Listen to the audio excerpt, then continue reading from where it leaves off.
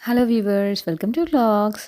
ఈరోజు నార్మల్‌గా మనకి ఎప్పుడైనా వ్రతాలు కానీ, ఇంట్లో గృహప్రవేశాలు లేదంటే ఏమన్నా హోమాలు ఇలాంటివి జరుపుకున్నప్పుడు మనము నార్మల్‌గా వెంకటేశ్వర స్వామిది నామాలు ఉంటాయి గదా! అవి మన ఇంట్లోనే ఎంచక్కా వచ్చిన ఫార్మ్ బోర్డ్స్‌తో ఎలా చేసుకోవచ్చో చూపిస్తున్నాను. సో, యాక్చువల్‌గా ఇదేంటంటే నార్మల్‌గా ఏమన్నా మనం ఐటెమ్స్ కొన్నప్పుడు ఫార్మ్ బోర్డ్స్ ఉంటాయి గదా! వాటితో నేను జస్ట్ అలా ట్రై చేశాననమాట. మీరు కనుక ఇండియాలో అవైలబిలిటీ ఉంటే నార్మల్‌గా స్టోన్ లైన్స్ దొరుకుతాయనమాట మనకి నార్మల్‌గా ఫ్యాన్సీ షాప్స్‌లో. వాటితో ఇంకా మంచిగా వర్క్ డిజైన్ చేసుకోవచ్చు.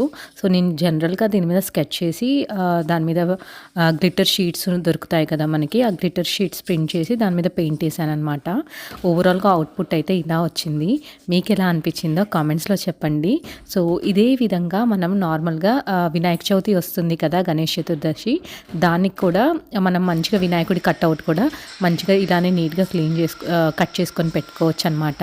ఈ వీడియో మీకు నచ్చుతుందని అనుకుంటున్నాను. Please do subscribe to the channel and don't forget to like. Thanks for watching.